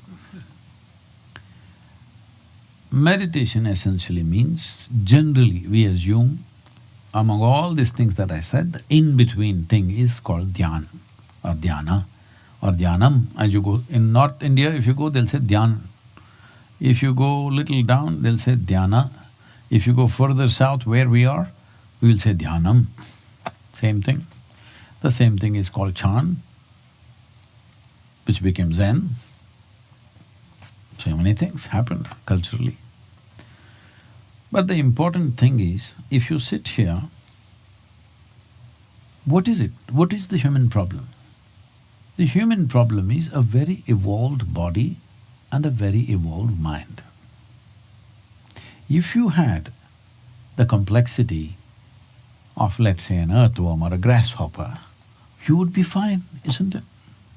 If you had the brain of an earthworm, won't you be far more eco-friendly than all the California people who are desperately trying to be eco-friendly? So essentially, our evolution has become a problem, our intelligence has become a problem, the complexity of our bodies have become a problem. So one simple thing is just this. If you want to know what is the nature of your mind and what is the nature of your body, first and foremost thing is to create a little distance from that. So there is a simple process which is available on our apps and everything, is free, offered to millions of people who are practicing around the world. It's called Isha Kriya. Initially you do it with a voice support. After that you can do it anywhere. It's initially 12-minute practice, but afterwards you can do it anywhere, 2 minutes, 3 minutes, 5 minutes, as you want. The important thing is you bring enough awareness between what is you and what you have gathered. In the sense, what you call as my body is an accumulation, isn't it? When you were born, you were only so much. Now you became this much. How? Food that you've eaten. Food means what? The soil that we're walking upon stood up as food, we ate that up and became like this. So body is an accumulation, is that so? Hello? Whatever you accumulate, you can say it is mine. But if you say it's me, then there's a problem. It's like this, you know this vessel. I pick this up and say, this is my vessel. You will think, oh, Sadhguru seems to be having a problem. What's his problem with his vessel? Who was taking it anyway? But after some time, then you say, okay, he's got a problem, but everybody says he's wise, let's listen some more. After some time, I say, this is me. Then you'll say, let's go home. Yes or no? Because this is a clear nut case. What you gather can be yours, cannot be you, but you're doing this every day. Food appears on your plate, you say, this is my food. In 24 hours, you say, this is me. Madness or no? Hello? Everything that you have in your head, this is an accumulation of food. This is an accumulation of impressions and experiences. Both are accumulated, right? What is accumulated can be yours, can never ever be you. If you create a clear distinction between what is you and what is yours, all your problems are gone. There's a little space between you and your body, between you and your mind. This is the end of suffering, because you have only two kinds of suffering, physical suffering, mental suffering. Do you know any other kind of suffering? Hello? Do you know any other kind of suffering? Physical suffering, mental suffering. If there is a little distance between you and the body, between you and the mind, this is the end of suffering. Once there is no fear of suffering, only and only when there is no fear of suffering, will you walk full stride in your life. Otherwise, it's always a half a step. In our lives, if we do not do what we cannot do, there's no problem. But if we do not do what we can do, we are a disaster. As long as the fear of suffering is there, this disaster is unfolding all the time. Humanity has been crippled with the fear of suffering, simply because what happens in their body, what happens in their mind, they think it is happening to them. Simply because I think I'm the vessel. Suppose you put a dent in that vessel, I will suffer for the rest of my life. Hello? Please don't do it. Isn't this the problem right now? Somebody said this. Oh, you will suffer for the rest of your life. Somebody did that. You will suffer for the rest of your life. People are talking like this. What happened 10 years ago, you're still suffering. What may happen day after tomorrow, you're already suffering. What does this mean? You're not suffering life. You're suffering the two most important faculties that you have. A vivid sense of memory and a fantastic sense of imagination, both you're suffering. These are the only two things which set you up, sets you up, different from the crow. Otherwise he can fly, can you fly? Hello? He can fly, look at him. He's mocking at you and going away. You cannot do nothing. But you are all this simply because you have vivid sense of memory and a fantastic sense of imagination. But these are the two things everybody's suffering, isn't it? Hello? People are suffering their past, people are suffering the future which is yet to happen. What is happening right now to suffer? So we usually say in India, if somebody is sitting simply unhappy, say, your karma. Because karma means this, they're suffering their own memory. They don't need any outside help. They go on by themselves, non-stop. Anyway, in the month of February 2021, we're releasing a book on karma, looking at how human beings suffer the complex geometry of karma within our system. See, your body is shaped in a certain way because of genetic memory, isn't it? Hello? So this is also memory. You can suffer that. You're a human being, suppose you like dog food and you start eating dog food. All these 200 million animals, what everybody's saying, is all dog food or lion food or tiger food we are eating, all right? If you eat dog food, after 15 days you will not become a dog, you're still a human being. Because there is evolutionary memory in this. Put whatever you want, this will only take human form. Fortunately, there is no such distinction, but suppose there was man food and woman food, I think it's happening in Los Angeles. If a man eats a woman's food, woman eats a man's food, it will not change. Because there is again genetic and evolutionary memory within this. So memory keeps on going, there are 8 different structures of memory, of evolutionary memory, elemental memory and karmic memory, conscious and unconscious memories, articulate and inarticulate memories. They're all playing you up. If you don't create a little distance, instead of you being able to use the memory will devour you. This is called karma. Right now air is clean, weather's good, everything is nice, but you can sit here and suffer. This is karma. That means you suffer your memory. The memory may be conscious memory, unconscious memory, genetic memory, evolutionary memory, whatever it may be, but you're suffering your memory, which is one faculty which has made our lives complex and sophisticated, isn't it? Hello? If we didn't have such a vivid sense of memory, human beings wouldn't be any better than the animals. The possibilities have come only because we can remember all this. But most human beings are being devoured by their own memory, isn't it? Imagination is just a projection of the memory again. So meditation means if you sit here, your body is here, your mind is somewhere here, you're somewhere else. Once these 3 identities are separated, you're able to experience the body, you're able to experience the mind, but you're not entangled with it.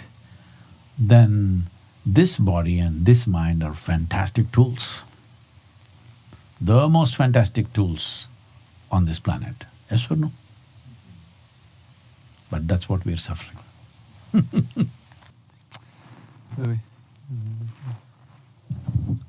Hello. So just going off what Spencer mentioned earlier about Indigenous Peoples' Day tomorrow, and you were saying, what we can do is fight for the same protection over the reservations.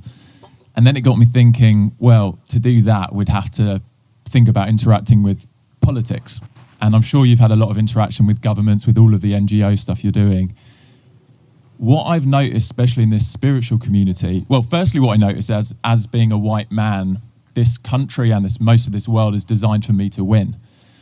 Whereas when I listen to oppressed groups, whether it's Indigenous activists I've spoken to or the Black Lives Matter group, they are adamant and very passionate about people getting out to vote this year. Obviously, this is the election year.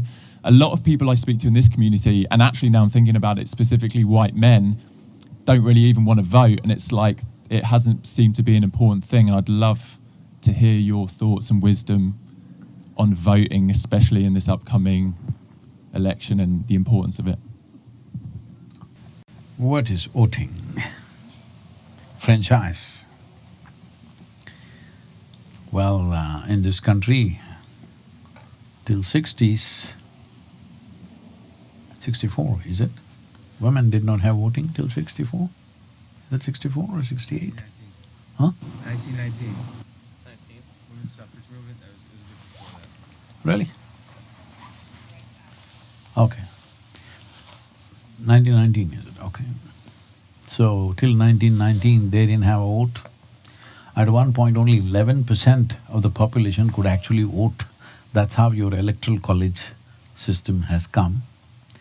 And probably till 60s, the African Americans could not vote, indigenous people could not vote till whatever date. Today all of it is leveled. In a way, at least in the eyes of law, everybody is equal, everybody has equal opportunity. This is very important. Socially still it may not be all equal, because that takes a long time. In every society there are inequalities of various kinds. This is not unique to America, this is everywhere. People who have strength will try to put somebody down, always. This has been unfortunate history of humanity. But the important thing is, by law, you make everybody equal to start with. I think this country has come to that place where by law everybody is equal. In enforcement, in social prejudice, there are still many things to be fixed.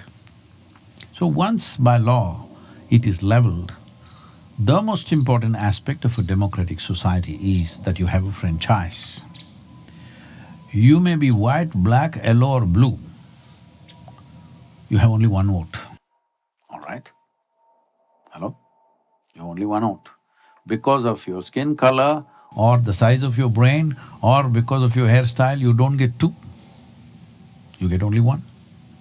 So this must be exercised with utmost responsibility, because what democracy means is, in this country 4 years, in India it's 5 years, some places it's 6 years. Once in 4, 5 or 6 years, you can choose who should rule this country.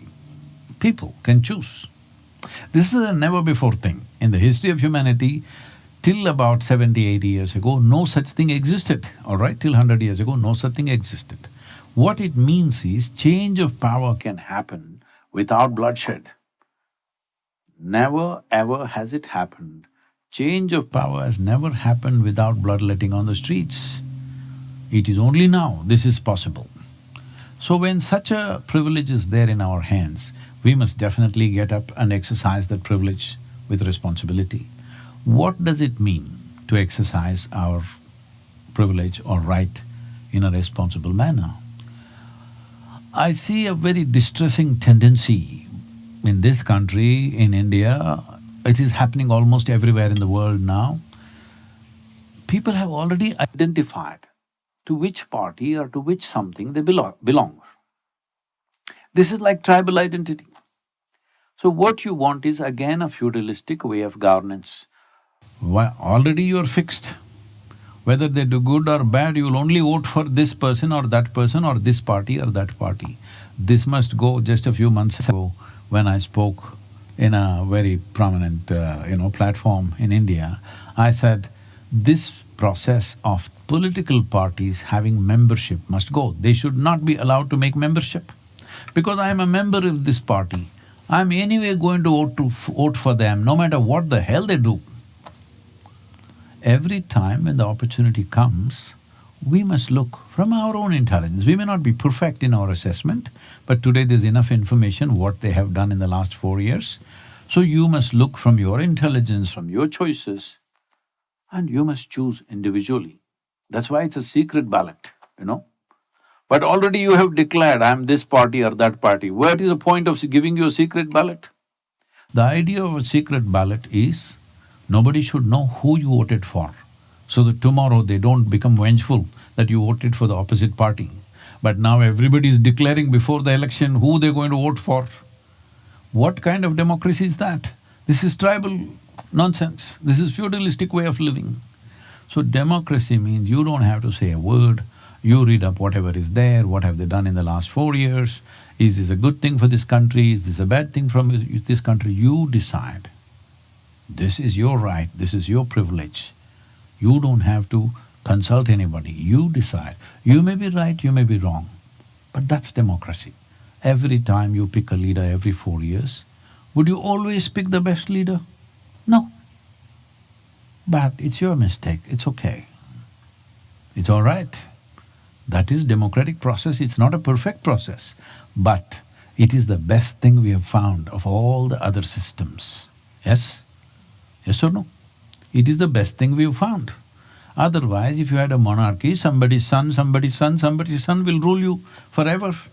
You have no choice. They go on producing generation after generation of idiots, you have to bear with them. Now at least every 4 years you can change. So if you want to keep this privilege, it's very important that I may not like this person, but if people elect him, we should bow down to the will of the people. That much humility we must have, that much sense of giving and taking we must have in the society. Right now, everywhere this is building up, that if I don't like somebody who's elected, from first day, at least wait for him to make some mistakes, no? Hello? If somebody that you don't like gets elected next time, what, in another 25 days you have election, is it? If somebody that you don't like gets elected, at least wait for some time till he makes some mistakes. No, from first day you say, no, we don't like it. That means you don't like democracy. What do you want? Feudal system? Then you'll go back to bloodletting. Just know this. The moment you do not respect the will of the people, whatever that is, good or bad, then you will go back to the old ways. Old ways is, when we want to change power, we will have to kill a few hundred or few thousand people. Otherwise, power will not change, isn't it? From hand to hand, power is not going to change simply like that. Nobody is going to give away that power unless you slaughter enough people. But this is the best system we have that way, that we can actually change. We can actually change the man on the top just like that, because we wish so. But if others wished otherwise, and they empowered somebody that you don't like, you must bow down and you must build your number for the next election, not protest this one. This is very important. Unfortunately, across the world, everybody is losing their sense of what is democracy, and everybody is crying, it must happen my way, otherwise we won't accept it. Everywhere in the world you hear the same voice. Somewhere we are getting tired of democracy, we want a monarchy, we want a theocracy, we want a feudal system. You don't know the pain of that. Let's not go back there, okay? Let's move forward. So it's very, very important that all of you must vote whatever you think is right. Do not go by family affiliations or your friends' affiliations, whatever. Personally, just take 15 minutes, I'm telling you, for yourself and your country. 15 minutes. Inform yourself what has happened in the last 4 years. Is it good for this country, bad for this country? Don't go by all the news channels, nonsense, debates happening. Don't go by that. Just look at the stats. What has happened in the last 4 years? Is it good for us? Not good for us? Based on that, you vote. That's what democracy means. Thank you so much, so much. You are so beautiful and badass at the same time, so I'm so thankful that you're… What, you're abusing me like that? It's so good. So good. have two things that are weighing on my heart, and I just wanted to see what your insight is with them. One is, one of my majors in college was Indigenous law and policy, and you mentioned that they didn't really slaughter people, but more the buffalo. And actually, there was 80 million Indigenous peoples in North America, and the founding fathers actually paid people that were immigrants here to slaughter Indigenous people, so they actually had a price tag. So $7 for a woman's scalp, $5 for a male scalp, and $3 for a kid's scalp. And so that was the huge genocide that happened in this country. So I just wanted to speak into that, and that now they're being... See, I've come from outside this country. Yeah. I don't have rights to talk about those things. I left it to you. Yeah, thank you. I just wanted to share with you because I know thought that. if you know that you could carry that in your spirit too, and just keep sending out that strong love that you have. So thank you. See, I must tell you this. I spoke about the buffalo because this way of fighting a battle comes from Europe. Europeans fought this kind of battles everywhere in the world. You must see some of the travelers who traveled in India, like more than a millennia ago, some Italian travelers, some Chinese travelers. One thing they noted was, two nations were in battle, they were fighting a war. In India, they fought war like this. The armies will assemble on a field, they will camp there with their food and everything, and on an appointed day, they'll start fighting each other. Exactly at sundown, the battle closes. They will attend to each other's wounded, and next day morning again they'll fight. So these people, the travelers, noted, when full raging battle was happening in the country, the farmers were still tilling the land. Everything, trade, agriculture, everything was going on, only soldiers fighting the battle. Never others were attacked. But it's only after external invasions came, the first thing they did was burn your food. This method of doing things comes from a certain region which they carried out here, even during the Civil War. Though the same people, all right, they burned the food first. Burning of the crops and granaries has always been the first tactic, because once you're hungry, you will crawl, you will not fight. So, killing of the buffalo was in that context. And how many people died without food? Nobody knows. Nobody knows. How many scalps you collected? Maybe there is some account somewhere. That some terrible accounting system must be there, all right? But how many people died of hunger? That'll never be counted. During World War II, when the rest of the world was focused on what was happening to the Jewish community in Europe, what happened in India was, a whole region, which was very rice-growing region, the British army came and took away all the food, burned the boats and the bicycles and the bullock carts so that they cannot go out. They cut the telegraph wires so that they cannot inform the rest of the country what's happened. 3.65 million people died in 4 months of starvation.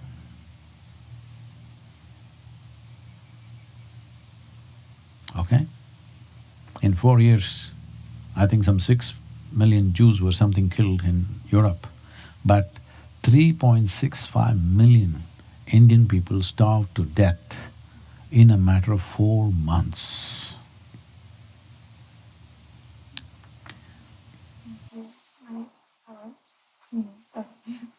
My next question is something that you spoke a bit about, which is a big life's passion and work for me. I work a lot with sex offenders and people who have survived child sex trafficking. And you mentioned pornography, and almost 80% of women in pornography have been trafficked into pornography, and it's one of the highest paid industries in the world, one of the wealthiest industries in the world. And so what is your personal and perhaps global opinion on pornography as maybe its own entity, and also how do we take these wounds and actually create a healthy, fun, creative connection with each other that brings ecstasy rather than pain and warfare, I guess. So two kind of questions, one on pornography and one with sex. If you don't mind, if it's appropriate. I don't know if you've ever been asked that, but I'd appreciate it.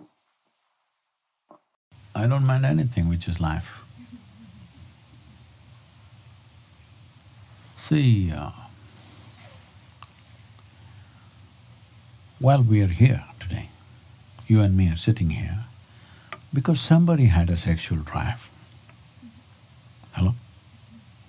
Otherwise, you wouldn't exist, I wouldn't exist, all right? Having said that, the drive is there, but being human beings, we want to conduct it in a certain aesthetic, with a certain dignity, certain aesthetics, because anything we do, we like to do it aesthetically, isn't it? This is human nature.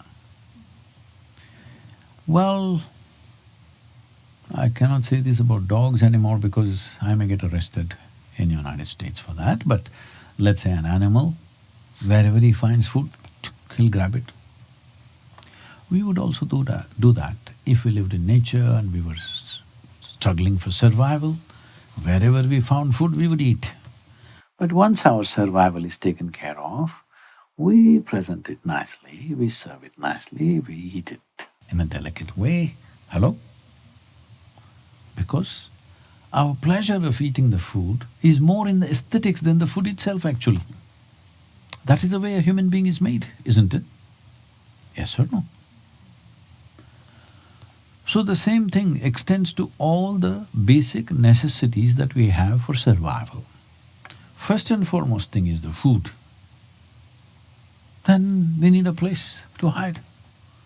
We could have just borrowed a hole and lived in this garden, but we built a nice house. It became too nicer, too nice it became, that's a different matter. But we want to live in an aesthetic atmosphere. Next thing is sexuality, because that's connected to the reproduction and the making of the next generation and all these things. Well, it is also an important tool for two people to bond in some way. It is not that that's the only way to bond, unfortunately, it's become like this in today's world. If you say a relationship, immediately people think you must have some body-based relationship. Right now, I'm sitting here answering your question. I have a relationship with you, but I can't say this in this country. If I say I have a relationship, they think I have something to do with your body. A very unfortunate and limited way of having relationships. There are various kinds of relationships, isn't it? Hello? There are many ways in which we can hold human relationships. Unfortunately, we've brought it down everything. Two bodies must rub, only then you have relationship. So, right now, if I do not have a relationship with you, why would I answer your question? I have a relationship with you. That's why I answer the question. So, like this, we have many relationships. We have relationship with our teachers, with our parents, with our brothers and sisters, with our neighbors, with our dog, with our cat, with our whatever else, don't we have? Hello? Relationships of various kinds. Why do we hold these relationships? We go to workplace and we have one kind of relationship. That is to fulfill the activity there, we need certain kind of relationship. We're driving on the road, with all the other people who are driving, we need a relationship, otherwise we may end, all right? Many people are showing, sticking their fingers at each other, that's the kind of relationship they hold. But don't we have a relationship if both of us are walking on the street, that you're coming, I go this way? Is that not a relationship, I'm asking? It's a transaction, isn't it? So relationships are a variety of relationships. In all this, one relationship which is body-based, which we used to say only husband and wife, now well we call them partners, well we call them friends, whatever we want to call them, it doesn't matter. But essentially, you are letting two lives overlap. on two important aspects. Well, intellectually you may not be overlapping, but physically and emotionally you're overlapping. These are two sensitive areas. If I step on your body, you're not going to take it. If it's an accident, you may say, okay. But if I step on your body by intent, you're not going to take it. If I step on your emotion, you're not going to take it. But with one person, you allow that. You allow them to step on your body, you allow them to step on your emotional space. This should happen in a certain aesthetic, with a certain sensitivity. Then only there is beauty to it. If you do it violently, you think it's a sport, or you think it's a conquest. It's a sad way to live. Most people are looking at it like a conquest. They want to conquer somebody in a brutal way. Well, the brutality that is happening in the name of sexuality is not only disgusting, it is deeply distressing, because we are training a whole generation of people like this. The way the young people are looking at each other is not with sensitivity. I'm not saying everybody, but we are cultivating a whole generation of people that we can only look at human beings, particularly women, only as a sum of body parts. They're not full-fledged human being. You just this and this, they're only interested in 3-4 parts of the body. Rest of it, no. You're not taking a human being as a human being. There is a very deep significance to accepting another human being as a human being. Man, woman, child, it doesn't matter. Accepting another life as a life, like yourself. So all this was enshrined in so many different ways, cultures trying to enshrine this in our minds, because there is an animal drive also within the human being. After all, you are okay with evolution, or are you creation? You evolve. Because I come from Tennessee, so I'm asking you,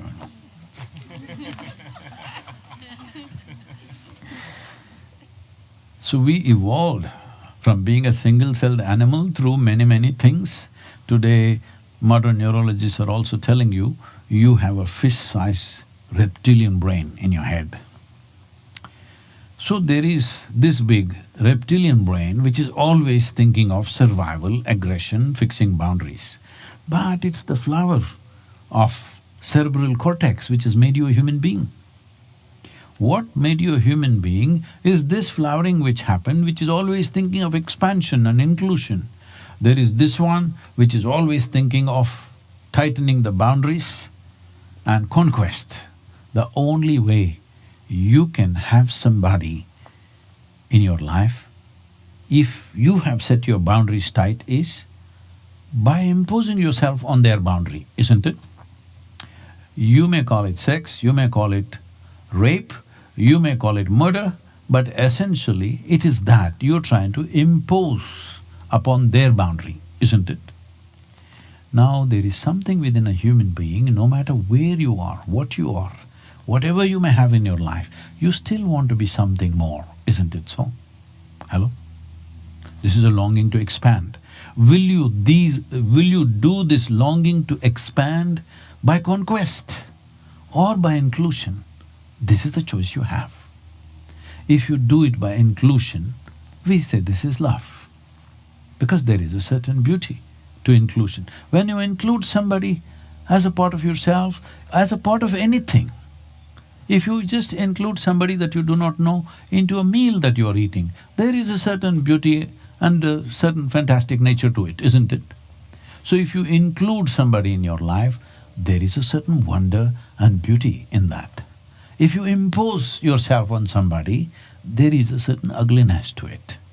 If you don't recognize between the two, then you are trying to undo the evolution that nature did for you.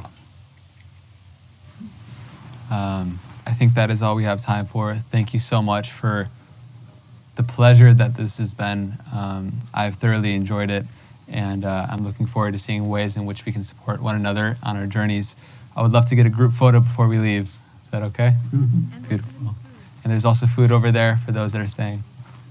Beautiful. Thank you so much. Thank you. Okay. Thank you.